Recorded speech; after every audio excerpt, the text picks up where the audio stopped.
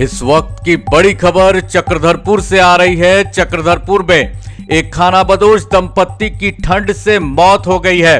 पहले ठंड से बीमार हुई पत्नी की मौत अस्पताल में हो गई। उसके बाद दूसरे दिन पति की भी मौत प्लास्टिक के नीचे ठंड भरी रात गुजारते हुए हो गई है। सूचना के बाद दोनों का अंतिम संस्कार स्थानीय वार्ड पार्षद सोमनाथ रजक के द्वारा करा दिया गया है। झारखंड में तेजी से बढ़ती ठंड ने अपना प्रकोप दिखाना शुरू कर दिया है। झारखंड के चक्रधरपुर में 2 लोगों के कथित रूप से ठंड से मौत की खबर आ रही है। जानकारी मिली है कि चक्रधरपुर रेलवे स्टेशन के पास प्लास्टिक टांग कर रह रहे खानाबदोश दंपत्ति की ठंड के कारण मौत हो गई है। पहले ठंड के कारण पत्नी बीमार हुई थी, जिसे अस्पताल में भर्ती कराया गया था। अस्पताल में उसने इलाज के दौरान दम तोड़ दिया। इसके बाद उसके पति की भी दूसरे दिन ठंड के कारण मौत हो गई।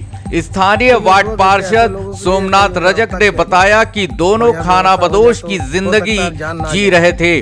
चक्रधरपुर के 5 मोड़ में प्लास्टिक टांग कर रहते थे। दोनों की मौत कथित रूप से प्रथम दृष्टया ठंड से होने का अनुमान लगाया जा रहा है, क्योंकि दोनों इस बढ़ती कड़ाके की ठंड में मात्र एक प्लास्टिक के नीचे अपना सिर छुपा कर रह रहे थे। रात में बढ़ती ठंड में भी इन्हें राहत नहीं मिली, जिसके कारण अनुमान लगाया जा रहा है कि ठंड की चपेट में आकर दंपत्ति की एक के बाद एक मौत हो गई। दोनों की पहचान फिलहाल नहीं हो पाई है। सोमनाथ रजक ने बताया कि दोनों खानाबदोश की जिंदगी जी रहे थे और चक्रधरपुर इलाके में भिक्षाटन कर गुजारा कर रहे थे। उन्हें बीते दिनों सूचना मिली कि 5 मोड़ में प्लास्टिक टांग कर रह रहे खानाबदोश दंपत्ति में से पत्नी की हालत गंभीर बनी हुई है। ठंड की वजह से उसकी तबीयत बिगड़ी हुई है। इस सूचना के बाद उन्होंने मानवता दिखाते हुए महिला को चक्रधरपुर अनुमंडल अस्पताल में भर्ती करवाया था, लेकिन इलाज के दौरान महिला की मौत हो गई थी। इसके बाद उन्होंने महिला का अंतिम संस्कार भी करवा दिया था, लेकिन दूसरे ही दिन यह खबर पता चली कि उसके पति की भी मौत प्लास्टिक के नीचे रात गुजारते हुए हो गई। सोमनाथ रजक ने मानवता की मिसाल पेश करते हुए पति का भी अंतिम संस्कार का बीड़ा उठाया। सोमनाथ रजक का कहना है कि बढ़ती ठंड में गरीबों को राहत कैसे मिले, इस पर सरकार को विशेष रूप से अब ध्यान देने की जरूरत है, क्योंकि अब तेजी से मौसम का पारा लुढ़क रहा है। चक्रधरपुर में हाड़ कपा देने वाली ठंड में गरीब खुले आसमान के नीचे रहने को मजबूर हैं। अलाव की भी व्यवस्था प्रशासन के द्वारा कहीं भी नहीं की जा रही है, जिसके कारण गरीब ठंड में खुले आसमान के नीचे रात बिताने को मजबूर हैं। सोमनाथ रजक ने गरीबों को इस ठंड में बढ़ती परेशानी को नजर में रखते हुए प्रशासन से इस गंभीर समस्या पर विशेष रूप से ध्यान देने की मांग की है। आरपीएफ की मौजूदगी में सोमनाथ रजक ने दोनों का अंतिम संस्कार एक के बाद एक करा दिया है। हाँ, ये जो पीछे आप टेंट देख रहे हैं, ये एक ऐसा खानाबदोश लोगों का था जो कि अपना जीवन बसर कर रहे थे, भीख मांग कर यहाँ वहाँ। तो कल इनकी पत्नी की मृत्यु हो गई, आज एक उनका पति भी मर गया। कल जो पत्नी की मृत्यु हुई थी, उसको मैंने थाना को सूचना देकर, आरपीएफ को सूचना देकर उसका अंतिम संस्कार करवा दिया।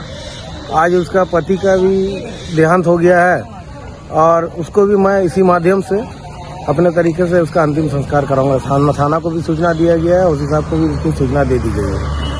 अब जो मृत्यु हुई है, इनका जो पत्नी का कल जो मृत्यु हुआ है, जी, उनका उम्र क्या है, एज क्या है, क्या नाम है? उनका एज लगभग 35 ईयर्स होगा, जो कि ठंड की वजह से उसकी मृत्यु हो गई है। मुझे लगता है ऐसे अनुमंडल हॉस्पिटल में वो भर्ती थे और ये जो जी अनुमंडल हॉस्पिटल में भर्ती थी, उसके बाद उनकी मृत्यु हो गई। तो अनुमंडल वाले लोग बोले कि तबीयत खराब हो गया। जी, अच्छा, तबीयत खराब हुआ। तो जितनी जानकारी उनके पति ने हमें दी वो मैं बता रहा हूँ। अब भर्ती करा थे कल अनुमंडल अस्पताल में? जी, उससे पहले मैंने पत्नी का जो देहांत हुआ हाँ। उसको भर्ती कराया गया था अनुमंडल में। अच्छा।